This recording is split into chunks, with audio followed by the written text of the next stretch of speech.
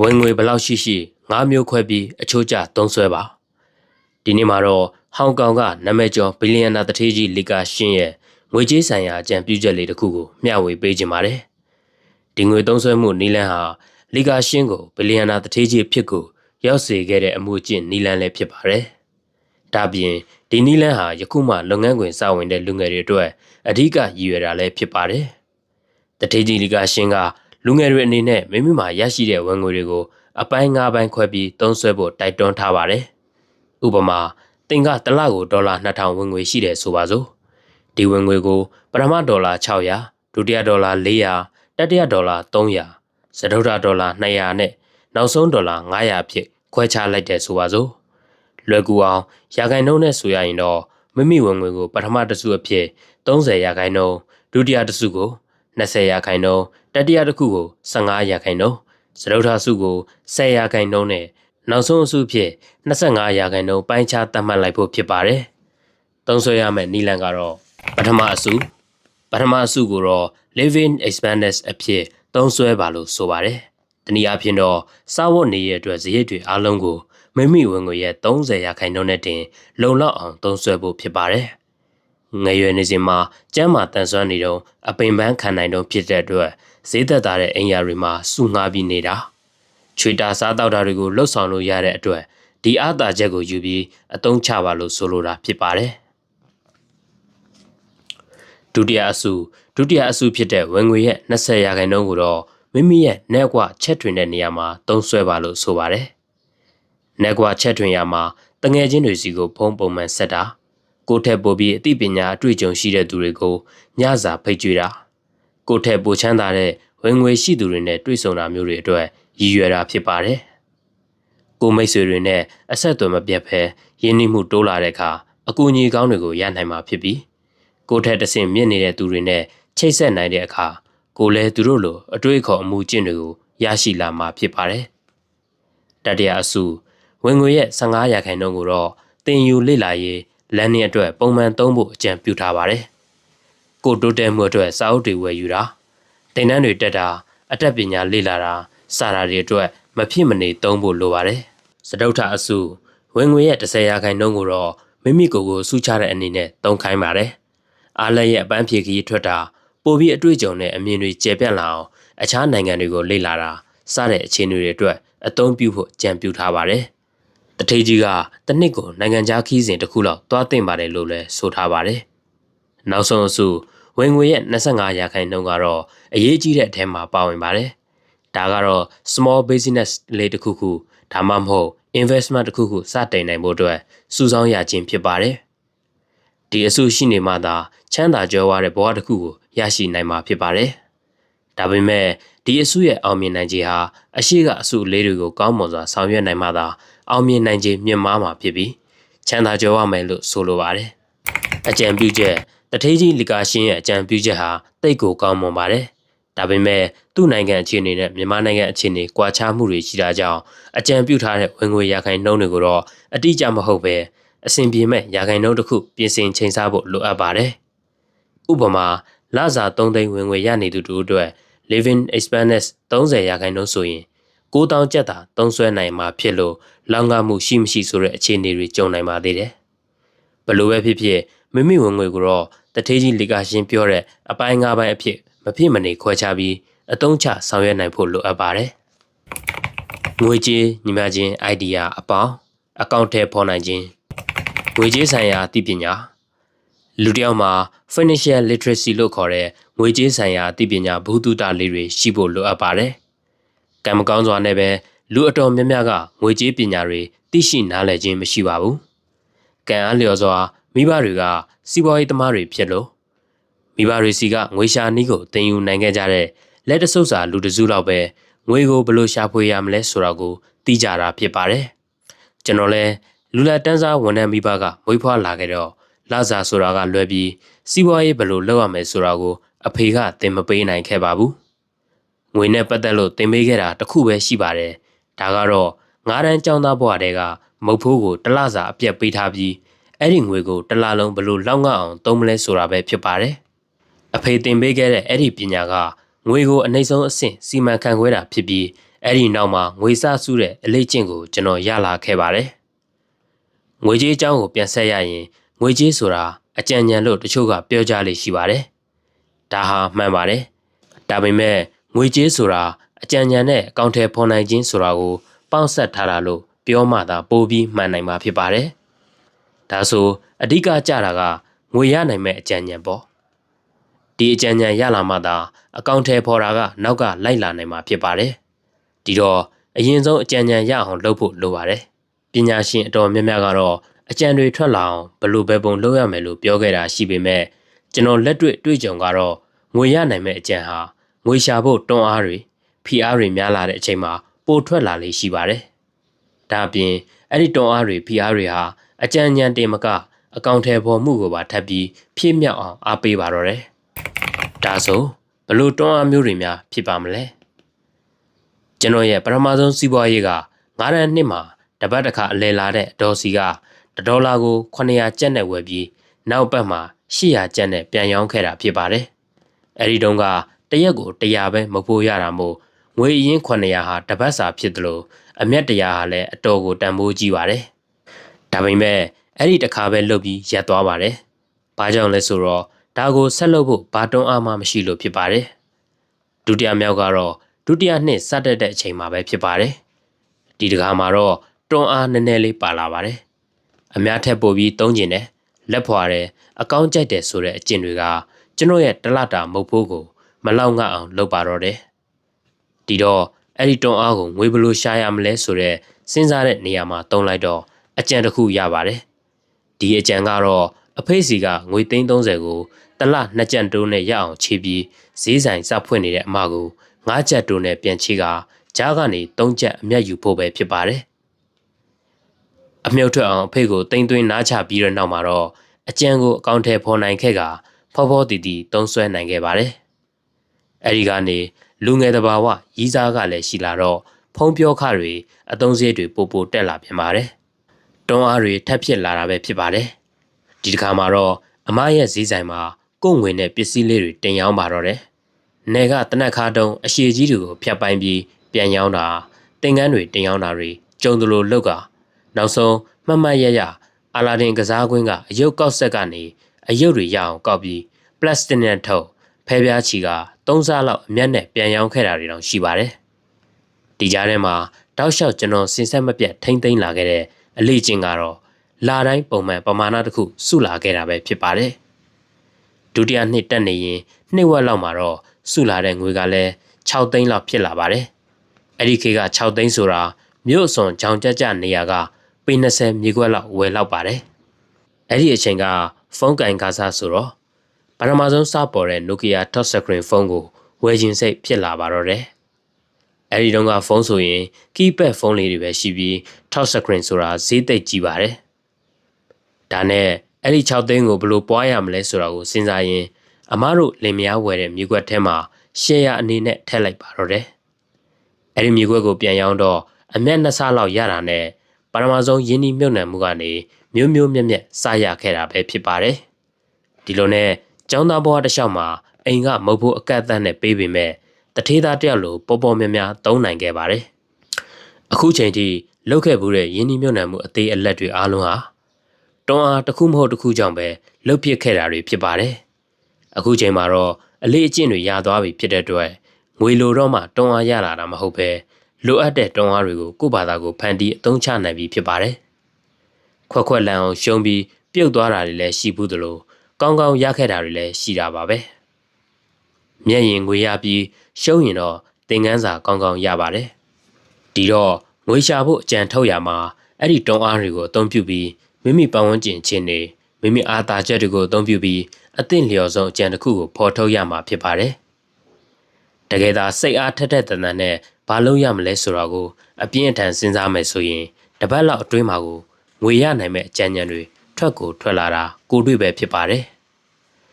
လူတိုင်းမှာရှိတဲ့အဲ့ဒီတွန်းအားတွေကိုနီးလန်းမှန်နဲ့ငွေရမဲ့ idea အဖြစ်ကိုပြောင်းလဲဖော်ထုတ်ဖို့လိုပါတယ်ဘလို့လူမျိုးမဆိုဘလို့အခြေအနေမှာမဆိုမိမိလက်ရှိပင်မငွေဝင်လမ်းကြောင်းပြင်နောက်ထပ်ငွေဝင်မဲ့လမ်းတွေရှိပါတယ်ရှာမတွေ့တာနဲ့ရှာဖို့စိတ်ဝင်စားတာပဲရှိပါလိမ့်မယ် အကြံဉာဏ်အနေနဲ့ရပြီဆိုရင်တော့အဲ့ဒီအကြံဟာလေထဲမှာတင်ပြောင်းမသွားအောင်အကောင်အထည်စဖို့ဖို့လိုအပ်ပါတယ်။ဘလောက်ကောင်းတဲ့အိုင်ဒီယာဖြစ်စေ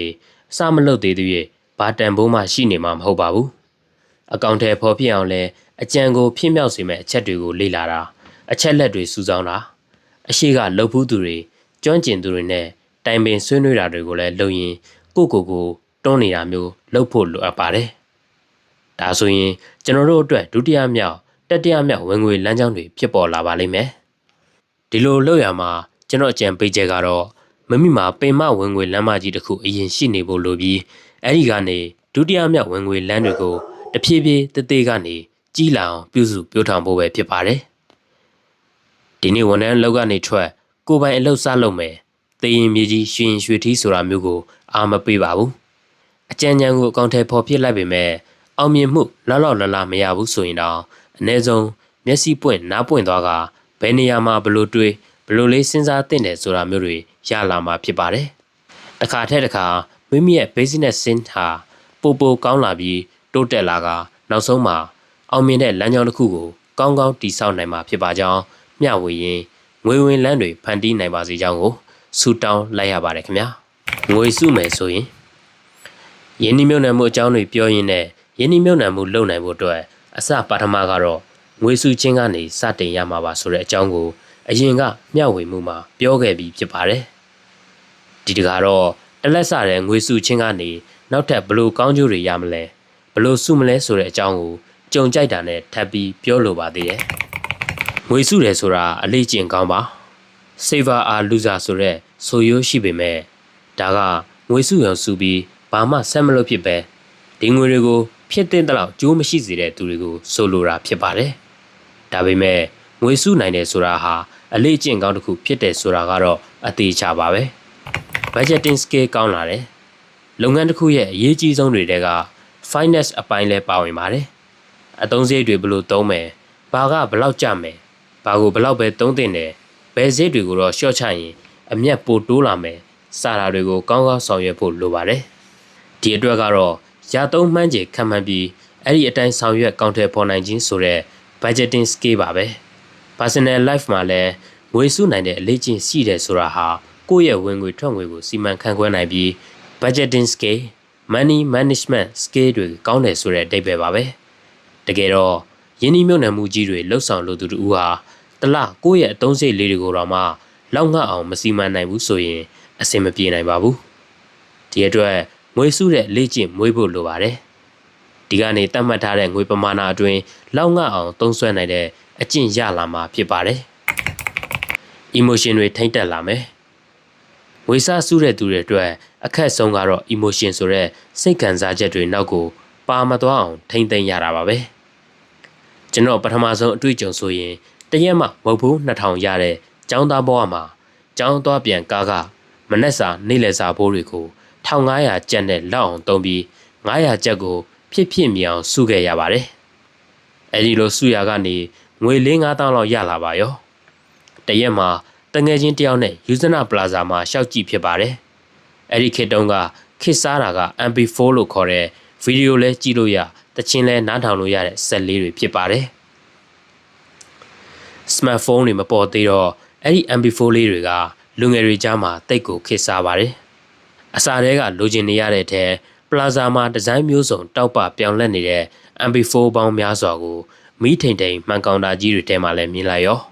ဘလို့မှစိတ်မထိန်နိုင်တော့ပဲလာပေါင်းများစွာစုထားတဲ့ငွေ9000ကိုအကုန်ပုံအောပြီးနောက်ဆုံးပေါ် MP4 လေးဝယ်လိုက်တော့တာပါပဲဒီလို emotion တွေကိုမထိန်သိမ်းနိုင်ခြင်းကငွေတော့စုဖြစ်ပြီးယင်းနှိမ့်မြုပ်နှံမှုဘက်ကိုမတော်ဖြစ်ကြတဲ့လူအတော်များများရဲ့ပြဿနာပါပဲဒါပေမဲ့ငွေစုတဲ့အလေးကျင့်လေးတော်ရလာပြီဆိုရင်တော့အထက်ကလိုဖြစ်ရက်ကလေးတွေဖြစ်တာနဲလာပြီးကိုလည်းထိန်းနိုင်လာလေးရှိပါတယ်။ဒါဟာငွေစုခြင်းကနေအပိုစုရတဲ့ emotion တွေကိုထိန်းနိုင်ခြင်းပါပဲ။ဆိုတော့ဒီလိုကောင်းကျိုးဖြစ်စေတဲ့ငွေစုခြင်းအလေးကျင့်ကိုစတင်ဖို့အတွက်အရင်ဆုံးကတော့ကိုယ်ဝင်ငွေပမာဏရဲ့10%ကိုအနည်းဆုံးပုံမှန်စုနိုင်ဖို့လိုပါတယ်။ဥပမာ3သိန်းဝင်ရင်1000 2သိန်းဆိုရင်2000ပါနောက်တစ်ချက်ကတော့သုံးလို့ပိုတာကိုမှစုရမှာမဟုတ်ပဲစုငွေကိုအရင်ဖယ်ပြီးတော့မှကြံငွေနဲ့လောက်ငှအောင်သုံးရမှာပါ ဒါမှအထက်ကပြောတဲ့ budgeting scale ကတက်လာမှာဖြစ်ပါတယ်။ဒါဆိုရင်ဆက်စချင်းငွေစုချိန်မှာငွေစုတဲ့အကျင့်လေးရရှိရလာအောင်ဘလို့နီးလန်းလေးတွေသုံးရမလဲဆိုတာဆက်ပြီးပြောချင်ပါတယ်။သုံးစွဲမှုကိုပိုပြီးသတိပြုစေမဲ့နီးလန်းတွေကိုသုံးပါ။ကျွန်တော်ငွေစားစုချိန်တုန်းကတော့ကိုဘလောက်သုံးစွဲနေပြီ။သတ်မှတ်ထားတဲ့ budget target ကိုဘလောက်ပဲလိုတော့တယ်စသဖြင့်ကိုသတိပေး remind လုပ်နေစေမဲ့ mobile application တစ်ခုကိုသုံးပါတယ်။ဒါကတော့ Expense Manager ဆိုတဲ့ app လေးဖြစ်ပါတယ်။ဒီ app ထဲမှာတစ်လကိုဘလောက်သုံးမယ်ဆိုပြီးအသုံးစရိတ်ကို budget သတ်မှတ်ထားလို့ရပြီးအဲ့ဒီပမာဏနီးလာပြီဆိုရင်သတိပေးတာဘလောက်ရာခိုင်နှုန်းသုံးနေပြီဆိုတာ remind လုပ်ပေးလေးရှိပါတယ်။အရင်တုန်းကတော့အသုံးစရိတ်စာအုပ်ကလေးတစ်အုပ်လုပ်ပြီးတစ်နေ့တာပြီးဆုံးတိုင်းမှာဘာတွေသုံးခဲ့တယ်ဘလောက်သုံးခဲ့တယ်စတာတွေကိုစာရင်းမှတ်လေးရှိပါတယ်။ဒါဟာလည်းတစ်နေ့လုံးသုံးစွဲမှုတွေနဲ့ကုန်ကျမှုတွေကိုကိုပြန်သတိပေးသလိုပါပဲ။ဒါပေမဲ့ဒီနေ့ခေတ်မှာတော့အထက်ကလို software တွေ app တွေကိုအလွယ်တကူသုံးစွဲလို့ရနေပါပြီ။နှမျောတဲ့စိတ်လေးလည်းဝင်အောင်နိုင်ငံတကာမှာငွေပေးချေတဲ့အခါငွေသားကင်ဆောင်အသုံးပြုတာထက် cashless system တွေဖြစ်တဲ့ card တွေ application တွေနဲ့ပေးချေတာတွေခေတ်စားလာပါတယ်။လေလာသုံးသပ်သူတွေကတော့လူတွေဟာငွေကိုကန်ပြီးသုံးစွဲရတာထက် card တွေ digital payment တွေသုံးရတာကပိုပြီးသုံးစွဲမိစေတယ်လို့ဆိုပါတယ်။ငွေစက်ကူလိုပတ်စံပါသွားတာမခံစားရပဲကိန်းကနန်းတွေပဲပြောင်းလဲသွားတာကြောင့်နှမျောတဲ့ခံစားချက်လျော့နေတယ်လို့ဆိုပါတယ်။ဒါပေမဲ့တဦးနဲ့တဦးတော့မတူညီတက်ပြန်ပါဘူး။အချို့ကကြတော့လေဒီအတိုင်းစုထားတဲ့ငွေလေးတွေကိုထုတ်ပြီးရေတွက်နေရရင်ကိုပျော်နေတာ။ပိုစုကျင်စိတ်ပေါ်တာမျိုးလဲရှိတတ်ပါတယ်။တချို့ကြတော့လေပတ်စံအသေးဆက်လေးတွေဆိုရင်သုံးစွဲဖို့နှမျောတတ်ကြပါတယ်။ဒါကြောင့်အချို့ကငွေအသစ်လေးတွေလဲထားပြီးမတုံးပဲကြံနေတက်လေရှိပါတယ်။ကျွန်တော်ဆိုရင်လည်းအသစ်ဆက်ကိုမှနံပါတ်အစင်လိုက်လေးတွေဆိုရင်တင်ထားတက်လေရှိပါတယ်။ဒီလိုနီလန်းလေးတွေကလည်းငွေစုဖြစ်ဖို့အထောက်အကူပြုပါတယ်။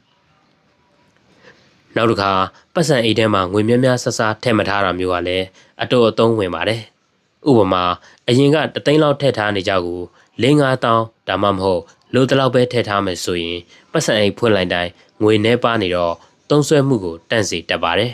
။အလွယ်မသုံးဖြစ်စေမဲ့နည်းတွေငယ်ငယ်တုန်းကစူဘူးလေးတွေနဲ့စူတာကိုအတော်များများလုပ်ဖူးကြပါလိမ့်မယ်။စူဘူးနဲ့စူချင်းရဲ့အကောင်းချက်ကတော့အဲ့ဒီအထက်ထည့်လိုက်တဲ့ငွေတွေကိုအလွယ်တကူပြန်ထုတ်သုံးလို့မရတာပါပဲ။စကနာနဲ့ဆွဲထုတ်လို့ရတဲ့အတိုင်းပတ်စံအိတ်တဲ့အလွယ်တကူထည့်ထားတဲ့ပတ်စံထက်တော့ထုတ်သုံးရခက်ပါတယ်။တချို့စူဘူးလေးတွေကြတော့စူဘူးကိုခွဲလိုက်တော့မှငွေပြန်ထုတ်လို့ရတာမျိုးကိုတော့စူဘူးပြီးမှပဲခွဲဖြစ်ကြပါတော့တယ်။စူဘူးလိုပဲအလွယ်မသုံးဖြစ်စေမဲ့ဤအများပြားရှိပါတယ်။ဥပမာရွှေတိုရွှေစားလေးတွေအဖြစ်ပြောင်းထားလိုက်တာဒေါ်လာလိုမျိုးနိုင်ငံခြားငွေကြေးအဖြစ်ပြောင်းလိုက်တာယုံကြည်စိတ်ချရသူတူကိုအနှံထားလိုက်တာဘန်နဲ့ထည့်ထားလိုက်တာစားတဲ့နီလန်းတွေသုံးလို့ရပါသေးတယ်။ဒီလိုနီလန်းတွေပါငွေစုနေရင်လွတ်ဖြစ်မယ်ဆိုရင်ယင်းနှမြုံနှံမှုပြုလုပ်ခြင်းကိုလေ့ကျင့်နေပြီးသားဖြစ်နေစေပါတယ်။တွန်းအားတစ်ခုဖြစ်အောင်ပန်းနိုင်ကိုမြင်အောင်ပါကျွန်တော်ဘဝရဲ့ပထမဆုံးမြေခွက်လေးစဝယ်ဖို့ငွေစုတုံးကဆိုရင်အဲ့ဒီမြေခွက်လေးအကြောင်းကိုခဏအမြဲတွေးပါတယ်ငါဘဝရဲ့ပထမဆုံးအနေနဲ့ကိုယ့်နာမည်နဲ့ပိုင်ဆိုင်မဲ့မြေခွက်လေးကိုဘလို့နေရာမှာဝယ်မယ်ဘလောက်ရပြီဆိုရင်လိုက်ရှာမယ်ဘာတွေလုပ်မယ်စသဖြင့်တွေးနေလေးရှိပါတယ်ဒီအတွက်ဒါကိုလိုချင်တဲ့စိတ်ကတွန်းအားတစ်ခုဖြစ်လာပြီးငွေစုဖို့နဲ့စုထားတာလေးကိုမတုံးဖြစ်စေဖို့ဖြစ်လာပါတယ် saving လုပ်တဲ့ရွယ်ချက်ဟာ investment တစ်ခုခုလုပ်ဖို့လို့ရည်ရွယ်ထားတာဖြစ်တဲ့အတွက်ဘလောက်ငွေပမာဏနဲ့ဘာလုပ်မယ်ဆိုတဲ့ပန်းတိုင်လေးတစ်ခုရှိနေရင်ပိုကောင်းပါတယ်ဒါကိုစိတ်ကတွေးမိလေငွေစုခြင်းစိတ်ငွေရှာခြင်းစိတ်တွေတိုးပွားလာတတ်လေရှိပါတယ်ဒါကြောင့်ပန်းတိုင်ချမှတ်ဆောင်ရွက်တတ်ခြင်းကိုပါအကျွမ်းဝင်စေနိုင်ပါတယ်စုဖို့အရင်ဖယ်ပြီးကြံတာကိုမှလောက်ငှအောင်သုံးပါတလားလုံးသုံးပြီးပိုတာကိုမှစုရမှာမဟုတ်ပါဘူး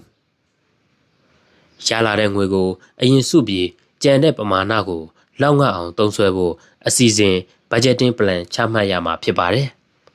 နောက်တစ်ခါငွေကိုလည်းအရင်စုပေမဲ့ကြံတဲ့ပမာဏနဲ့လောက်ငှအောင်မသုံးနိုင်ပဲချင်းငှားရတာအကျွေးယူရတာစတာတွေကိုလည်းလုပ်လို့မရပါဘူးဒါပြင်ဒီလမှာငွေပိုစုနောက်လမှာမစုဖြစ်တာမျိုးလည်းမလုပ်သင့်ပါဘူးဥပမာပထမလမှာအသုံးမရှိလို့4000လောက်စုလိုက်ပြီးနောက်လကျတပြားမှမစုဖြစ်တာထက်2လစလုံးလစဉ်2000စီစုတာကပိုကောင်းပါတယ် ဘာကြောင့်လဲဆိုတော့လစဉ်စုဖြစ်တယ်ဆိုတဲ့အလေးချင်းဖြစ်ဖို့ရဲ့လာတိုင်းရအောင်စုမယ်ဆိုတဲ့ဆုံးဖြတ်ချက်ကတိတစ်ခုကိုတီးဖို့ရပါပဲတရက်စဉ်းစားပါရေရှည်ငွေစုတဲ့အလေးရဲ့အဓိကရင်သူကတော့လိုချင်တာတစ်ခုခုရုတ်တရက်ပေါ်လာပြီးဘာဖြစ်ဖြစ်ဒီတစ်ခါတော့ဝယ်လိုက်မယ်ဆိုတဲ့ emotion ပါပဲကျွန်တော်လည်းအတော်များများကိုကြုံခဲ့ရဘူးပါတယ်ဒီနေ့ခေတ်လိုနည်းပညာပစ္စည်းတွေလူနေမှုမြင့်စေတဲ့ပစ္စည်းတွေနဲ့လိုချင်စရာတွေပေါ်တဲ့အချိန်မှာစိတ်ကိုထိန်းနိုင်ဖို့ဟာအတော်လေးခက်တက်လေးရှိပါတယ်ဒါကိုကျွန်တော်ရဲ့အကောင်းဆုံးဖြေရှင်းမှုကတော့တရက်လောက်မရရအောင်စောင့်ပြီးစဉ်းစားတာပါပဲပထမနေ့မှာတိတ်ကိုလိုချင်နေပေမဲ့တရက်လောက်အချိန်ယူပြီးဒါဟာတကယ်ကိုလိုအပ်ရဲ့လားရမှဖြစ်မှာလားဘာကြောင့်လိုချင်တာလဲလို့တွေးလိုက်တဲ့အခါမှာစောစောကလိုလှုပ်လိုက်မယ်ဟာဆိုတဲ့အတွေးတွေပျောက်သွားတတ်ပါတယ်ဒါပေမဲ့အချိန်ယူရတဲ့ပမာဏကတော့တဦးနဲ့တဦးတူချင်မှတူပါလိမ့်မယ်အားမနာပါနဲ့ငွေလေးနည်းနည်းလက်ထဲစုလာမိရင်လိုချင်တာတွေပေါ်လာတတ်တယ်လို့ငွေကုန်စီမဲ့အရေးကြီးကိစ္စတွေကလည်းတစ်ခုမဟုတ်တစ်ခုပေါ်လာတတ်ပြန်ပါတယ်ဥပမာငွေချေးတဲ့သူတွေပေါ်လာတာဘလောက်အတိုးပေးပါမယ်မကြပါဘူးဆိုပြီးချေးယူသူတွေမျက်နှာနာရမဲ့သူတွေစီကအကူအညီတောင်းခံရမှုတွေကြုံရလာလေရှိပါတယ်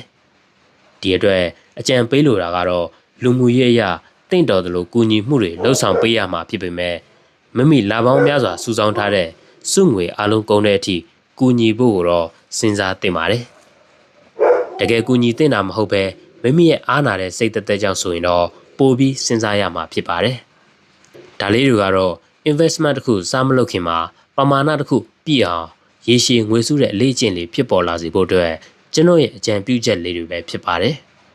ငွေစုတဲ့အလေးအကျင့်ကနေယင်းဒီမြုပ်နှံတဲ့အလေးအကျင့်ကိုကူးပြောင်းနိုင်ပါစေကြောင်းဆုမွန်ကောင်းတောင်းအပ်ပါတယ် investment လမ်းစဉ်ငွေကြေးကြောင်းနဲ့ပတ်သက်ပြီးကျွန်တော်အတော်လေးမျှဝေပေးပြလေးရှိပါတယ်ကျွန်တော်ကိုယ်တိုင်လည်းတလလစာ3,400ကျပ်နဲ့ပညာသင်ဘဝကနေလက်ရှိလိုမျိုးယင်းဒီမြုပ်နှံမှုတွေလုပ်နိုင်တဲ့ဘဝကိုတဆင်ချင်းတက်လှမ်းခဲ့တာဖြစ်ပါတယ်ဒီတော့ကျွန်တော်ရဲ့ငွေကြေးဆိုင်ရာအယူအဆတွေဟာရာခိုင်နှုန်းအတော်များများမှန်ကန်တယ်လို့သက်သေအဖြစ်ပြောနိုင်ပါတယ်ကိုမှငွေကြေးပိုရှမ်းနေဆိုရင်အဓိကအားဖြင့်တော့ချွေတာမယ်ဆိုတဲ့နီလန်းနဲ့ပိုရှာမယ်ဆိုတဲ့နီလန်းဆိုပြီးနှစ်ခုရှိပါတယ်ချွေတာမလားပိုရှာမလားပေါ့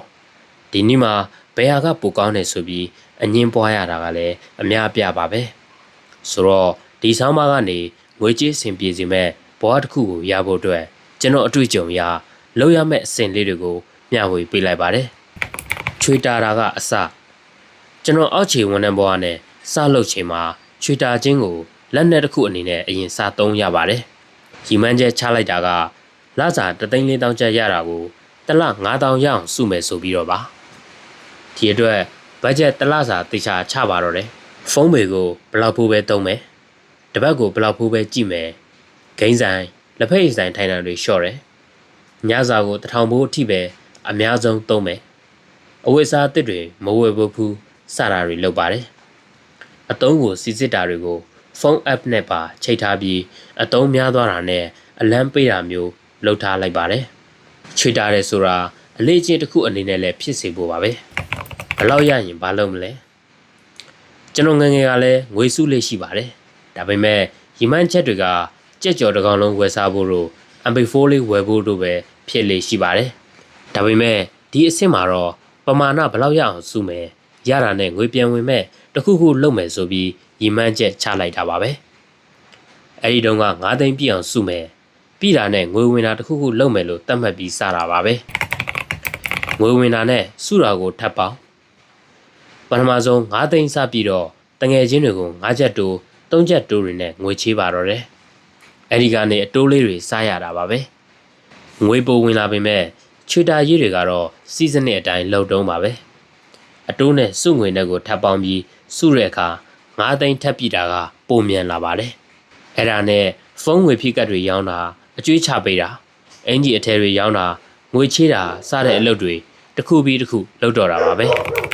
နံပါတ်3နဲ့တပြိုင်တည်းလုပ်နေဖို့အလုပ်တပြိုင်တည်းလုပ်နေဖို့အလုပ်ကတော့ကိုရှာဖွေနေတဲ့ဝင်ငွေပမာဏကိုများစေဖို့ပါပဲတနည်းအားဖြင့်တော့ကိုယ့်ရဲ့ဝင်ငွေရှာဖွေနိုင်စွမ်းကိုမြင့်တင်ဖို့ဖြစ်ပါတယ်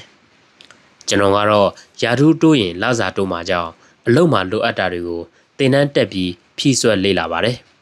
ဒီလိုနဲ့ senior staff supervisor manager ဖြစ်လာကလစာကလည်းများတစ်ထက်များလာတာပါပဲဒီတော့စုနိုင်တဲ့ပမာဏကလည်းပိုများလာတာပါပဲဝင်ငွေများလာတာနဲ့အမျှတလစုနိုင်တဲ့ပမာဏကလည်းများလာတော့စုငွေပမာဏကိုမြင့်ရပါတယ်10သိန်းပြည့်အောင်စုမယ်ပြီးရင်10သိန်းတန်ငွေပြန်ဝင်တာတစ်ခုခုလုပ်မယ်အသိန်း30စုမယ်ပြီးတာနဲ့တစ်ခုခုလုပ်မယ်စသဖြင့် target ကိုမြင့်လာလိုက်တာသိန်း100ပြီးရင်တစ်ခုခုလုပ်မယ်ဆိုတဲ့အထိရောက်လာပါတယ်ဒီအဆင့်ထိချွေတာရေးလမ်းစဉ်ကိုပဲလက်ကင်ထားတော့ပါပဲဒါပေမဲ့သူ့နေရာနဲ့သူဘတ်ဂျက်တွေတိုးလာတော့တိုးသုံးလာပါတယ် staff ဘဝကညစာ1000ကျပ်ဖို့ထက်ပိုမစားဘူးဆိုပေမဲ့မန်နေဂျာစဖြစ်တော့ networking အတွက်ဘားထိုင်ရင်တစ်ပတ်ကို9000လောက်သုံးမယ်ဆိုတာမျိုးပါအဲ့ဒီခေတ်အခြေအနေအရဈေးနှုန်းပေါ့ network နံပါတ်5အဆင့်မှာအရေးကြီးတာတစ်ခုက network တစ်ခုစတင်တည်ဆောက်ရတော့တာပါပဲဒီလိုနဲ့အလုပ်လုပ်နေသူတွေယင်းနှိမ့်မြုံနှံသူတွေလုပ်ငန်းရှင်တွေနဲ့တည်ကျွမ်းလာပြီးဘလို့အလုပ်တွေယင်းနှိမ့်မြုံနှံမှုတွေကပိုကိုက်တယ်လုပ်လို့ရတယ်ဆိုတာတွေကိုသိလာသလိုစက်တူလုပ်လို့ရနိုင်တဲ့အခွင့်အရေးတွေလည်းစပေါ်လာတာပါပဲဒီချိန်မှာလုပ်ငန်းတွေမှာ share ထည့်တာတွေစလုပ်ဖြစ်ပါတယ် investment style စပြောင်းတာရခင်တစ်လျှောက်လုံးကစုငွေပမာဏတစ်ခုရောက်ရင်ငွေပြန်ဝင်မဲ့တစ်ခုကိုလှုပ်ဆိုတဲ့ strategy ကိုပဲသုံးခဲ့တာတွေ့ရပါလိမ့်မယ်ဒါကလည်းအလုပ်နောက်တစ်ခုမြန်မြန်ထပ်လုပ်ဖို့ငွေမြန်မြန်ပြည့်အောင်ပါဒါပေမဲ့ဒီလိုကနေငွေဝင်တာများပြီး300နဲ့ချီစုလာနေတဲ့အခါမှာတော့ဒီ style ကိုအနှဲငယ်စပြောင်းလိုက်ပါတယ်ဒါကတော့ငွေဝင်တာအပြင် leverage ဆိုတဲ့ဈေးတိုးတက်တဲ့တလုံးနဲ့မြတ်နိုင်မဲ့ investment တွေကိုစလုပ်လာတာပါပဲမြေခွက်လေးတွေစမ်းဝယ်ကြည့်ပြန်ရောင်းတိုက်ခွန်းတွေဝယ်စသဖြင့်ပါပဲပို့ရှာမယ်ဒီချိန်မှာတော့ဆက်စချင်းစူးစမ်းတုန်းကနဲ့အနေထားကအတော်ကိုကွာခြားသွားပါတယ်ဆိုတော့လစဉ်သုံးစရိတ်တွေကလည်းအများကြီးဖြစ်လာပါတယ်ဥပမာလုပ်ငန်းရှင်အသည့်တွေနဲ့တွေ့ဆုံစားတော့ကြလို့တစ်လက်စီငွေရှင်းရင်တော့3ကျော်ဖြစ်လာတာပါပဲဒါပြင်ဒီလိုအခြေအနေမှာငွေကြောင့်ဖြစ်ရမဲ့အသေးအမွှားစိတ်ညစ်စရာတွေကိုလည်းခံစားနေလို့မရတော့ပါဘူးငွေလေးနည်းနည်းကိုချွေတာလိုက်လို့ပြန်ရမဲ့အမျက်ကြီးကြီးကိုဆုံးရှုံးနိုင်တယ်ဆိုတာမျိုးတွေပါဖြစ်လာတတ်ပါတယ်ဥပမာစီကုံမှာဆိုလို့အစည်းအဝေးကိုဘတ်စကားနဲ့တွားကမှကားပြတ်တာဖြစ်ဖြစ်လမ်းပိတ်တာဖြစ်ဖြစ်တခုခုကြောင့်အစည်းအဝေးကိုနောက်ကျရင်အလုတ်တွဲလုပ်ပြီးရမဲ့အမျက်တွေမရတော့တာဖြစ်နိုင်တဲ့အခြေအနေတွေပါဒီအတွက်ဒီအချိန်မှာတော့ချွေတာရေးလမ်းစဉ်ကနေလိုရာအကုန်သုံးကုန်တာကိုပိုထက်ရှာမယ်ဆိုတော့ပိုရှာမဲ့လမ်းစဉ်ကိုပြောင်းရတော့တာပါပဲလက်ရှိဆိုရင်အခုလက်ရှိကတော့ခန်းစစ်နဲ့တိုက်စစ်2မျိုးလုပ်နေတာပါပဲကျွန်တော်တလတာ30ကိုကျွန်တော်ဘာလုံးမမလုပ်ပဲဝင်နေအောင်အိမ်ချမ်းမြေကားစားတဲ့ assets တွေကို rental income ဖန်တီးပြီးတိစောက်ထားပါတယ်ဒါကတော့ခန်းစစ်ပါပဲတိုက်စစ်ကတော့ကိုယ်တိုင်အားထုတ်ရှာဖွေရတဲ့ earn income တွေကိုစုပြီးပမာဏတစ်ခုရောက်တိုင်း leverage ဖြစ်မဲ့ investment တစ်ခုခုကိုထပ်လုပ်တာပါပဲဒီအဆင့်လေးတွေကတော့ကျွန်တော်စတင်ခဲ့တဲ့ investment ခရီးစဉ်တစ်ခုလုံးကိုအကျဉ်းချုပ်မျှဝေပေးခဲ့တာပါကျွန်တော်မျှဝေတာတွေအားလုံးဟာကျွန်တော်ဖြတ်တန်းခဲ့တာတွေကြီးပါပဲဆိုတော့စဉ်းစားစရာလှုပ်ဆောင်စရာလေးတွေအတွေးရသွားလိမ့်မယ်လို့ယူဆပါတယ်ခင်ဗျာငွေမစုတဲ့တထေးတွေကျွန်တော်ရဲ့ page မှာ3000ပြည့်ဖို့ဘန်မာတစ်နှစ်ကိုဘယ်လောက်စုရမလဲဆိုတဲ့ post လေးတစ်ခုကိုမျှဝေခဲ့ပါတယ်ဒီ post ဟာ compound interest ရဲ့ power ကိုသိစေနိုင်ဖို့နဲ့လူအများငွေစုခြင်းစိတ်ဖြစ်ပေါ်လာစေဖို့ရည်ရွယ်မျှဝေခဲ့တာလည်းဖြစ်ပါတယ်အဲဒီမျှဝေမှုလေးရဲ့အောက်မှာကြည့်ရှုသူတွေရဲ့ comment များစွာကိုလည်းတွေ့ရှိခဲ့ရတဲ့အနက်ကမှထူးခြားတဲ့ comment လေးတစ်ခုကိုတွားပြီးတော့တွေ့ရပါတယ်ဒါကတော့တထေးတွေကသာငွေစုနိုင်တာပါဆိုတဲ့ comment လေးပါပဲဒီတော့ဒါလေးကိုပြန်လည်မျှဝေသင့်တယ်လို့ယူဆတဲ့အတွက်ဒီစာကိုရေးဖြစ်တာပါပဲကျွန်တော်ရဲ့ personal finance သင်တန်းတွေမှာကျွန်တော်ပြောလို့ရှိတဲ့ဇိုရိုးလေးတစ်ခုရှိပါတယ်ဒါကတော့ saver are loser ဆိုတဲ့စကားပါပဲအတိတ်ဘယ်ကတော့အရှုံးသမားတွေသာငွေစုကြတယ်ဆိုတာပါပဲမှန်ပါတယ်ကျွန်တော်မှားရတာမဟုတ်ပါဘူးတကယ်တော့အရှုံးသမားတွေသာငွေစုကြပါတယ်နှစ်ရှည်လာများကြစ်ကြစ်ပါအောင်စုကြတာပါငွေစုထားနိုင်ပါတယ်ဆိုမှတော့ဘလို့အရှုံးသမားဖြစ်မှလဲလို့ထပ်မေးရင်ကျွန်တော်သေချာရှင်းပြလိုပါတယ်အရင်ဆုံးကျွန်တော်မေးတာကိုဖြေကြည့်ပေးပါဦးတကယ်လို့တင့်ကို300ပေးမယ်ဆိုရင်အဲ့ဒီ300ကိုဒီနေ့ယူမလားနောက်တစ်နေ့ကြာရင်ယူမလားဒါမှမဟုတ်နောက်10နှစ်ကြာရင်ယူမလားအဲ့ဒီအချိန်3ခုမှာ ဘယ်အချိန်ယူလိုက်တာကကိုယ့်အတွက်အတန်ဆုံးဖြစ်မယ်ထင်ပါတယ်လေတိန်တရာရမှလုံးဝသေးကြတယ်ဆိုရင်တော့ကျွန်တော်ငငယ်မူလာတန်းကျောင်းသားဘဝတုန်းကမော်ဟင်းကအလွတ်တပွဲကိုနှစ်ကြက်ပေးရပါတယ်ပကံကြီးအပြည့်နဲ့ရခဲ့သလိုအစ်စ်ပါထပ်တောင်းလို့ရပါသေးတယ်ဒါပေမဲ့ဒီနေ့မှာတော့မော်ဟင်းကားတပွဲဟာအနည်းဆုံး900 1000ဖြစ်နေပါပြီဘာကြောင့်လဲဆိုတော့ငွေကြေးတန်ဖိုးရော့ကျသွားလို့ပါပဲ finance ပညာရဲ့အရာပြောရရင်တော့ငွေရဲ့ဝယ်နိုင်စွမ်းအားရော့ကျသွားလို့ပါပဲဘိုင်းရင်ပါဝါဘာလို့ကြားရတယ်လဲဆိုရင်ငွေကြေးဖောင်းပွားမှုနှုန်းကြောင့်ဖြစ်ပါတယ် inflation rate ကြောင့်ဖြစ်ပါတယ်ကုန်စည်နှုန်းတက်တာသွင်းကုန်ပို့ကုန်ကွာဟတာနိုင်ငံရေးစီးပွားရေးခြေနေအလုတ်လက်မဲ့နှုန်းအစိုးရငွေရိုက်ထုတ်မှုနိုင်ငံခြားငွေမာလာမှုစတဲ့အချက်ပေါင်းများစွာဟာ inflation ကိုဖြစ်ပေါ်စေပါတယ်အမေရိကန်လိုနိုင်ငံမျိုးမှာတော့1% 2% နှစ်စဉ်ငွေကြေးတန်ဖိုးလျော့နေပြီးမြန်မာနိုင်ငံမှာတော့နှစ်စဉ်10% ဝန်းကျင်လောက်ရှိနေပါတယ်ဆိုလိုတာကတော့ဒီနေ့မှာငွေ100နဲ့ပစ္စည်းတစ်ခုကိုဝယ်လို့ရရင်အဲ့ဒီအည်သွေးတူပစ္စည်းကိုနောက်တစ်နှစ်မှာ130နဲ့ဝယ်မှရတော့မဲ့သဘောပါပဲငွေကြေးဖောင်းပွားမှုနှုန်းက10% ရှိနေတာကိုဒီတော့ကုန်စည်နှုန်းတွေကအမျက်တက်ဖို့ပဲရှိနေပါတယ် Saver or Loser ဆိုတဲ့ကိစ္စကဒီမှာစာပြီးဖြစ်ပေါ်လာတာပါပဲလူအတော်များများကဘဏ်မှာငွေစုတဲ့အခါတစ်နှစ်ကို8% နဲ့3လတစ်ခါထည့်ပေးနေလေရှိပါတယ်ယခုလက်ရှိ6% ဘဏ်မှငွေကြေးတွေအပြင်သို့ပြန်လည်ထွက်လာပြီးငွေကြေးလက်ပတ်ကစီးပွားရေးတိုးတက်စေဖို့ဗဟိုဘဏ်ကဘဏ်တိုးနှုန်းတွေကိုအလျှော့အတင်းပြုလုပ်လေရှိပါတယ်ဆိုတော့တကယ်လို့တင်ဟာဘဏ်မှာ300ငွေထည့်ထားမယ်ဆိုရင်တစ်နှစ်ကို8% အတိုးနဲ့3လတစ်ခါအတိုး2သိန်းကျပ်ရနေမှာဖြစ်ပါတယ်တစ်လကို6000ဆိုပါစို့ဒီတော့3လတစ်ခါ2သိန်းဆိုတဲ့ပမာဏရတဲ့အခါမှာများပြားတယ်လို့ယူဆမိကောင်းယူဆမိပါလိမ့်မယ်ဒီတော့သိန်း100စုထားတဲ့တင်ဟာနှစ်ကုန်တဲ့အခါအတိုး8သိန်းနဲ့ဘဏ်အကောင့်ထဲမှာ108သိန်းရှိနေတော့မှာဖြစ်ပါတယ်ဒါပေမဲ့အထက်ကဆိုခဲ့တဲ့ငွေကြေးဖောင်းပွားမှုနှုန်းဟာအဲ့ဒီနှစ်အတွက်10% ရှိနေမယ်ဆိုပါစို့တင်ရဲ့စုငွေဟာသိန်း100ဟာတစ်နှစ်ကြာချိန်မှာ10% တန်ဖိုးလျော့သွားကဘိုင်းရင်ပါဝါကျသွားမှာပါပဲ10% ဆိုတော့10သိန်းဖိုးဖြစ်ပါတယ်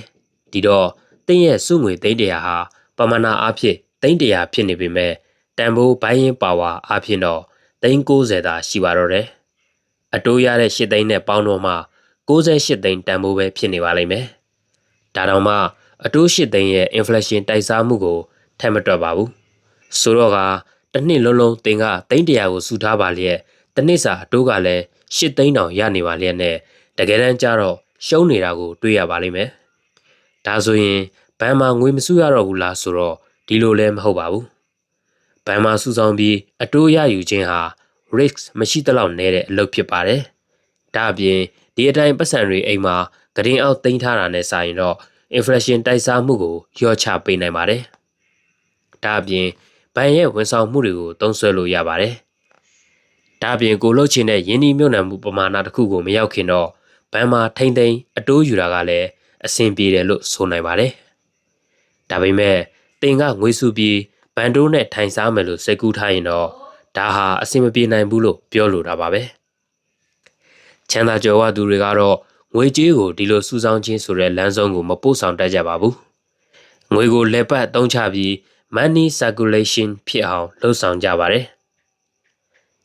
ဘန်တိုးထက်သာတဲ့ယင်းနှိမ့်မြုပ်နှံမှုတွေစီးပွားရေးလုပ်ငန်းတွေဘန်တိုးရတာထက်ပိုတာမဲ့တန်ဖိုးမကျနိုင်တဲ့ပိုင်ဆိုင်မှုတွေကိုပဲစုဆောင်းဖလှယ်ကြပါတယ်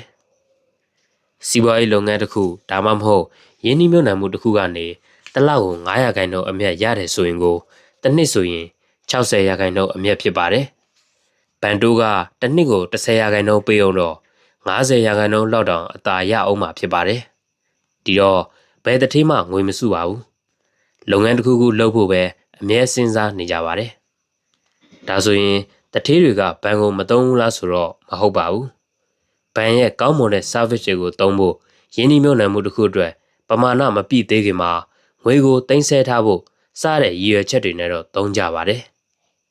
တထေးတွေကငွေမစုဘူးလားဆိုတော့တထေးဖြစ်ခြင်းတဲ့အတွက်ငွေမစုတော့ဘူးလို့လည်းလုပ်လို့မရပြန်ပါဘူးငွေမစုနိုင်တဲ့စွမ်းရည်ရဲ့ပထမအဆင့်ကငွေစုဖို့ဖြစ်ပါတယ်ဘာအတွက်စုဖို့လဲဆိုတော့ကောင်းမွန်တဲ့ယင်းနှိမ့်မြုပ်နှံမှုတစ်ခုကိုအစာပြုဖို့ပါဟု ဟုတ်ပါတယ်ငွေစုရပါမယ်ဒါပေမဲ့ငွေစုချင်းရဲ့တစ်ခုတည်းသောရည်ရွယ်ချက်ဟာယင်းဒီမြုပ်နှံမှုလုပ်ဖို့ပဲဖြစ်ရပါမယ်တကယ်လို့မိတ်ဆွေဟာတထေးတူဖြစ်နေပြီဆိုရင်တော့ငွေစုဖို့ကြိုးစားစရာမလိုအပ်ပါဘူးတကူးတကငွေစုဖို့လည်းစဉ်းစားနေနိုင်မှာမဟုတ်ပါဘူးငွေကိုတိုးပွားအောင်ဘယ်လိုလုပ်ရမလဲဆိုတာကိုပဲတွေးနေမှာဖြစ်ပါတယ်ဒါပေမဲ့မိတ်ဆွေကတထေးတူမဖြစ်သေးဘူးဆိုရင်စီးပွားရေးလုပ်ငန်းတစ်ခုလှိပ်ပန့်လဲအောင်မလုပ်တတ်သေးဘူးဆိုရင်ရင်းနှီးမြှုပ်နှံမှုတစ်ခုတောင်မလုပ်သေးဘူးဆိုရင်တော့မိတ်ဆွေလုပ်စရာတစ်ခုပဲရှိပါတယ်ဒါကတော့ငွေစုဖို့ပါပဲဆိုတော့ဗျာပြောချင်တာကတော့တထေးတွေကငွေမစုကြပါဘူးငွေဘယ်လိုစုမလဲကျွန်တော်ဟာ personal finance ဆိုတဲ့ငွေကြေးဆိုင်ရာသင်တန်းတစ်ခုကိုလည်းမျှဝေနေသူဖြစ်ပြီးငွေကြေးအကြောင်းတွေလည်း page ကနေမျှဝေလေးရှိတဲ့အတွက်အတော်များများရဲ့မေးခွန်းတွေကိုရလေးရှိပါတယ်အဲ့ဒီထဲကတစ်ခုကတော့ပတ်စံဘယ်လိုစုရမလဲဆိုတာပါပဲပတ်စံဘယ်လိုစုရမလဲဆိုတဲ့စကားစုကိုတွေးလိုက်တာနဲ့လူအတော်များများကပတ်စံစုတာများဘာခက်တာမှတ်လို့ပြောကြပါလိမ့်မယ်ဟုတ်ပါတယ်ပတ်စံစုရတာကမခက်ပါဘူးတကယ်ကပတ်စံကိုလာတိုင်းမှန်မှန်စုနိုင်ဖို့ရယ်စုလို့တဖြည်းဖြည်းများလာတဲ့ပမာဏလေးကိုဘလို့ထိမ့်သိမ့်မလဲဆိုတာရဲ့ကတိတ်ကိုခက်ခဲလွန်လာပါတယ်ဒီတော့ဒီဆောင်းပါးမှာဒီအချက်တွေကိုအဓိကဆွေးနွေးပေးပါမယ်ပတ်စံစုဖို့ဘာကြောင့်လိုသလဲကျွန်တော်တို့ငယ်ငယ်တုန်းကအချိန်ယူပြီးကစားရတဲ့ကစားနည်းတစ်မျိုးရှိပါတယ်ဒါကတော့ Monopoly ဆိုတဲ့ကစားနည်းပါဒီကစားနည်းဟာလက်တွေ့လောကရဲ့စီးပွားရေးလုပ်ပုံကိုကစားနည်းအနေနဲ့ပြောင်းလဲထားတယ်လို့ပြောလို့ရပါတယ်ဒီကစားနည်းဟာလူချမ်းသာတွေကသူတို့သားသမီးတွေကိုစီးပွားရေးပညာသင်ပေးဖို့အတွက်စတင်ဖော်ထုတ်ခဲ့တာလို့အချို့ကဆိုကြပါတယ်ဘလို့ပဲဖြစ်ပါစေဒါဟာစီးပွားရေးကစားနည်းတစ်ခုပါပဲ Monopoly မှာအဓိကအချက်ကတော့အယောင်တူမြေခွက်၃ခွက်ကိုဝယ်အိမ်ရအောင်ဆောက်အိမ်လေးလုံးပြီးရင်ဟိုတယ်တစ်လုံးနဲ့လဲဒါကိုများများနဲ့မြန်မြန်လုပ်နိုင်လေပါပဲဒီတော့ကိုလိုချင်တဲ့မြေခွက်ကိုရအောင်မြေခွက်ပိုင်ထားတဲ့ကစားသမားနဲ့ဘလို့ညှိနှိုင်းဝယ်ယူမလဲဘလို့ဗျူဟာသုံးမလဲမြေခွက်အပြင်အခြားစီးပွားရေးတွေကိုရောဘလို့လုပ်မလဲပတ်စံမလောက်ရင်ဘဏ်နဲ့ချိတ်ပြီးဘလို့ဝယ်မလဲဆိုတာတွေအပြင်မမျှော်လင့်ပဲကြုံခဲ့ရတဲ့ထောင်ကျနိုင်တာတွေစီးပွားပြက်တာအခွန်ဆောင်ရတာတွေကိုပါဘလို့စီမံမလဲဆိုတာကိုပါသင်ယူရပါတယ်ဒီတော့စီးပွားရေးလုပ်ငန်းကြီးအဖြစ်မစတင်ခင်မှာအရေးအကြီးဆုံးလုပ်ရတာကတော့စားထွက်အကွက်ကိုဖြတ်တိုင်းပုံမှန်ငွေနေရာရဖို့ရယ်ဒီနေရာကိုမပွန်းပက်အောင်ထိမ့်သိမ်းထားပြီးကိုလိုချင်တဲ့မြေကွက်နဲ့လုပ်ငန်းတွေကိုဝယ်ဖို့ရတဲ့အတွက်သုံးရပါတော့တယ်ဆက်စချင်းမှာအကြောင်းမျိုးမျိုးကြောင့်စားထွက်အကွက်ကိုမဖြတ်နိုင်ပဲငွေနေရာမရရင်ရှုံးဖို့အခွင့်အလမ်းပိုများသွားပါတယ်ဒီတော့လက်တွေ့ဘဝမှာလည်းပတ်စံစုဖို့ဘာကြောင့်လိုတယ်လဲဆိုရင်ကို့မှာစားထွက်အကွက်လို့ပြောလို့ရတဲ့လစဉ်ဝင်ငွေရတာလေးကိုပုံမှန်စုဆောင်းထားပြီးရင်းနှီးမြှုပ်နှံဖို့ခွင့်ရကြုံတဲ့အခါထဲဝင်ရင်းနှီးပြီးပွားများစေဖို့ဖြစ်ပါတယ်ပတ်စံစုတဲ့ရည်ရွယ်ချက်တချို့ကလည်းပြောပါတယ်ဆရာရဲ့တလမှငွေ2000စုမယ်ဆိုရင်တစ်နှစ်လုံးနေမှာ2,400,000ပဲရပါမယ်10နှစ်စုမှ24သိန်းပဲရှိမှာပတ်စံစုလို့ဘလို့ချမ်းသာမလဲလို့ဆိုကြပြန်ပါတယ်မှန်ပါတယ်တကယ်တမ်းကျတော့ငွေကြေးလောကမှာ saver are loser ဆိုတဲ့စကားပုံတော်ရှိပါသေးတယ်10နှစ်လုံးတစ်လကိုငွေ2000စုလို့24သိန်းရတယ်ဆိုပေမဲ့ငွေကြေးတန်ဖိုးဟာ10နှစ်အတွင်းမှာအများကြီးရောကျသွားအောင်မှာဖြစ်ပါတယ်လွန်ခဲ့တဲ့10နှစ်ကငွေ200နဲ့မုံဟင်းကားတစ်ပွဲစားလို့ရနိုင်ပေမဲ့အခုကျတော့ငွေ200ဟာမုံဟင်းကားတစ်ပွဲစာတန်ဖိုးမရှိတော့ပါဘူးဒါကြောင့်ငွေစုထားသူတွေဟာအရှုံးသမားတွေလို့ဆိုကြတာဖြစ်ပါတယ်ဟာဒါဆိုရင်တော့ငွေပါလို့စုတော့မှလဲကုန်အောင်သုံးပြမှာပေါ့လို့တွေးမယ်ဆိုရင်တော့မှားသွားပါပြီအထက်က Monopoly ကစားနည်းတွေကလို့ကို့ငွေကိုတန်ဖိုးမလျော့သွားအောင်ရင်းနှီးမြှုပ်နှံမှုတစ်ခုခုလုပ်ဖို့လိုပါတယ်ဒါအပြင်ကိုယ့်ရဲ့လှုပ်တဲ့ဝင်ငွေတိုးလာတိုင်းလဲပိုတိုးစုဖို့လိုပါတယ်ဒါဆိုရင်ရင်းနှီးမြှုပ်နှံမှုကရတဲ့ငွေရဲ့ပုံမှန်စုတဲ့ငွေရဲ့ငွေပိုရှာလာနိုင်လို့ထပ်တိုးစုတဲ့ငွေရဲ့ပေါင်းလိုက်ရင်တစ်လလုံးပေါင်းစုငွေပမာဏပိုကြီးလာမှာဖြစ်ပါတယ်ဒါဆိုရင်ပိုကြီးတဲ့ရင်းနှီးမြှုပ်နှံမှုတွေထပ်လုပ်နိုင်ပြီးငွေပြန်ဝင်လာတာတွေကလည်းပိုများလာသဖြင့်တန်တရားကိုလဲစီမှာဖြစ်ပါတယ်ဒါကြောင့်ငွေစုတဲ့တစ်ခုတည်းသောရည်ရွယ်ချက်ဟာတိုးပွားအောင်ရင်းနှီးဖို့ပဲဖြစ်ပါတယ်တတ်မှတ်ရမယ့်စီးမြင်တွေငွေစုတော့မယ်ဆိုရင်ကို့မှာပုံမှန်ဝင်ငွေရှိနေမယ့်အလုပ်တစ်ခုအရင်ဆုံးရှိနေဖို့လိုပါတယ် ဒီလိုပုံမှန်ဝင်ငွေမရှိရင်စုငွေကိုထိန်းသိမ်းထားဖို့ပိုပြီးခက်ခဲပါတယ်။နောက်တစ်ခုကကိုတလဝင်ငွေရဲ့10ရာခိုင်နှုန်းကိုအနည်းဆုံးစုငွေအဖြစ်စုဖို့လိုပါတယ်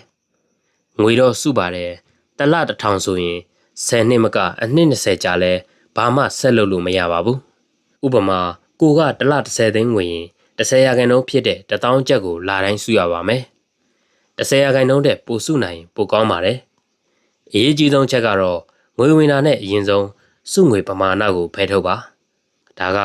လုံးဝဖောက်ဖျက်လို့မရတဲ့ golden rule ပါပဲ။နောက်တစ်ချက်ကတော့ငွေစုမဲ့နီးစနစ်ကိုနဲ့ကိုက်နိုင်မဲ့နီးစနစ်ကိုစဉ်းစားပါ။အချို့ကစုဘူးနဲ့စုရင်စုမိတယ်။အချို့ကတော့ဒီအတိုင်းအိယာကိုတင်ထားပြီးတိုးလာတဲ့ပမာဏလေးကိုထုတ်ကြည့်ရင်ပိုစုမိတယ်။တချို့ကြတော့လေငွေကိုလက်ထဲကင်ထားရင်သုံးမိလို့ဘဏ်အကောင့်ထဲထည့်ပြီးမှပိုစုမိတယ်။တချို့ကြတော့လေ ATM ထဲထည့်ထားရင်ထုတ်ရခက်လို့ ATM ထဲထည့်စုတယ်စသဖြင့်နည်းတွေရွေးလို့ရပါတယ်။တကယ်တော့ဝင်ငွေရဲ့10ရာခိုင်နှုန်းစုလို့အနေအစားလုံးကြက်မသွားပါဘူး။ဒါကကျွန်တော်ကိုယ်တွေးပါ။ဒါပေမဲ့ပိုစုနိုင်အောင်အသုံးစရိတ်ကိုတေချာလေးစီးမြင်ထုတ်ဖို့လိုပါတယ်။တချို့ကကြတော့လေအသုံးစရိတ်ကိုမလျှော်ဘဲနဲ့ငွေကိုသာပိုရှာအသုံးစရိတ်ကိုငွေပိုရှာဖို့တွန်းအားဖြစ်သုံးလို့ကြံပေးကြပါတယ်။ဒါပေမဲ့ဒါကလူတိုင်းအတွက်အလုံးမဖြစ်ပါဘူး။အခြေအနေပေါ်လဲမူတည်ပါသေးတယ်။ဒီတော့အသုံးစရိတ်ကိုထိန်းပါ။မှန်ရကျွန်တော်အဖြစ်အပျက်ကိုပြောရရင်ကျွန်တော်ဝန်ထမ်းဘဝလစာနဲ့အလုပ်ဝင်ချိန်တုန်းကဆိုရင်ညစာကိုအပြင်မှာပဲစားရတဲ့အတွက်ငွေကုန်ပါတယ်။ဒါပေမဲ့ညစာကို1000မိုးတဲ့ပိုမစားဘူးဆိုတဲ့ room ကိုဘာသာကိုပြဋ္ဌာန်းခဲ့ပြီးနောက်ရအောင်လိုက်နာခဲ့ပါတယ်။ဟုတ်ပြီငွေလေးစားစုလာပြီဆိုတော့2လ3လလောက်တည်းနေရောလက်ထဲမှာငွေပိုပမာဏလေးရှိလာပါပြီ။လောကကြီးရဲ့သဘာဝကငွေလေးနည်းနည်းလေးရှိလာပြီဆိုရင်ဒီငွေကိုသုံးစွဲရမယ်ငွေကုန်ပေါက်တွေအလိုရောက်လာတတ်တာပါပဲ။အိမ်ကလိုပြန်ပေးလိုက်ရတာတငယ်ချင်းကငွေချေတာဟိုဟာဝယ်ခြင်းဒီဟာဝယ်ခြင်းဖြစ်လာတာလက်ကင်ဖုန်းအသစ်လဲခြင်းရလာတာနဲ့ဘာညာဖြစ်လာပါတော့တယ်။ဒီအဆင့်ဟာလူအတော်များများကြာရှုံးတဲ့အဆင့်ဖြစ်ပါတယ်။ဒီအဆင့်ကိုတောင်းမခံနိုင်ဘူးမကြော်ဖြတ်နိုင်ဘူးဆိုရင်ချမ်းသာဖို့ခဏထားငွေကြေးအဆင်ပြေတဲ့ဘဝကိုမရောက်ဘူးဆိုတာမြဲကြီးမှတ်ထားလိုက်ပါတစ်ချိန်မှာတော့ငွေကြေးချမ်းသာတဲ့လုပ်ငန်းရှင်ကြီးဖြစ်ချင်တယ်ဒါပေမဲ့လက်ထက်ကစုငွေလေးကိုတော့မှမကာကွယ်မထိန်သိမ့်နိုင်ဘူးဆိုရင်လုပ်ငန်းရှင်အိမ်မက်ပြန်အိပ်ပြီးအိမ်မက်ထဲမှာပဲတီးဆောက်လိုက်ပါပိုစိတ်ချမ်းသာရပါတယ်ဟာဒါဆိုဆရာဥပမာအဖြစ်ကျမ်းမာရေးလို့အခက်ခဲမိသားစုအရေးလို့အခက်ခဲဆိုရင်ရောကို့မှာငွေရှိနေလျက်နဲ့မထုတ်ပေးပဲတင်ထားရမှာလားလို့မေးကြပါတယ်ဟုတ်ကဲ့တင်ထားပါဒီငွေမရှိတော့တာနဲ့ကို့အသက်ပါပျောက်သွားနိုင်လောက်တယ်လို့သဘောထားပြီးထိမ့်သိမ့်ပါအဲ့ဒီကြုံလာတဲ့အခက်ခဲကိုငွေပို့ရှာတာကို့အသုံးစရိတ်ထဲကဖက်ပြီးပေးတာမျိုးကိုပဲလုပ်ဖို့ကြိုးစားပါ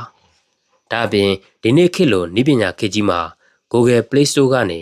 ငွေကြေးနဲ့ဆိုင်တဲ့ application တွေများစွာအခမဲ့ရနိုင်ပါတယ်ဥပမာ Expanse Manager လိုမျိုး app တွေကိုသုံးပါ Expanse Manager ထဲမှာဆိုရင်တစ်လဘလောက်သုံးမယ်ဆိုတဲ့ budget သုံးစရိတ် plan တွေကိုဆွဲလို့ရပါတယ်တရက်ဘလောက်သုံးမယ်ဆိုတဲ့ target တွေချလို့ရတဲ့အပြင်တစ်လကုန်တာနဲ့ဒီလဘာတွေဘလောက်သုံးခဲ့တယ်ဆိုတဲ့ analyst တွေကိုထုတ်ပေးနိုင်ပါတယ်နောက်တစ်ခါငွေပမာဏနည်းနည်းပိုများလာပြီဆိုရင်တော့အလွယ်တကူသုံးမပြည့်နိုင်အောင်ရယ်ပျောက်ဆုံးပျက်စီးတာမျိုးနည်းအောင်ရယ်ငွေကြေးဖောင်းပွားတာကိုလည်းကာကွယ်နိုင်အောင်ရယ်နီလန်းလေးတွေစဉ်းစားပြီးသုံးဖို့လိုပါတယ်ဥပမာဘဏ်တွေမှာ6လပြန်ထုတ်လို့မရတဲ့စင်းသေးအငွေနဲ့အပ်ထားတာဒါဆိုငွေကိုလည်းမထိဖြစ်ဘူးအတိုးနှုန်းလည်းပိုရမယ်ဒါမှမဟုတ်အလွယ်တကူမသုံးဖြစ်အောင်ရယ်ဈေးတက်ရင်လည်းပြန်ရောင်းလို့ရမယ်အစင်တစားအနေနဲ့လည်းဝစ်လို့ရမယ်သွားလေရလည်းသဲနိုင်မယ်ငွေဖြစ်လည်းအချိန်မရွေးပြန်ပြောင်းလို့ရမယ်ရွှေတဲ့အဖြစ်ပြောင်းလဲထားတာမျိုးစတာတွေလုပ်ထားဖို့လိုပါတယ်ကဲဒီအဆင့်တွေကိုဖြတ်တန်းနိုင်လို့ငွေပမာဏနည်းနည်းကြီးကိုရပြီဆိုရင်တော့ဒုတိယအဆင့်အနေနဲ့ဘလို့ရင်းနှီးမြှုပ်နှံမှုတစ်ခုကိုစလုပ်မလဲဆိုတာကိုအဆင့်တက်ရွေးချယ်ရတော့မှာပဲဖြစ်ပါတယ်ဒီတော့အမြဲအမှတ်ရပါငွေစုခြင်းရဲ့ရည်ရွယ်ချက်ဟာရင်းနှီးမြှုပ်နှံဖို့အတွက်ပဲလို့အမှတ်ရပါတိတ်တပင်ကောင်းရင်ငှက်1000နားနိုင်ပါတယ်ဒါပေမဲ့ငှက်1000အတွက်တစ်ပင်ကအရင်ကောင်းမှုတော့လိုအပ်ပါလိမ့်မယ်ငွေကြေးပူပင်ကင်းတဲ့ဘဝကိုရနိုင်ကြပါစေ။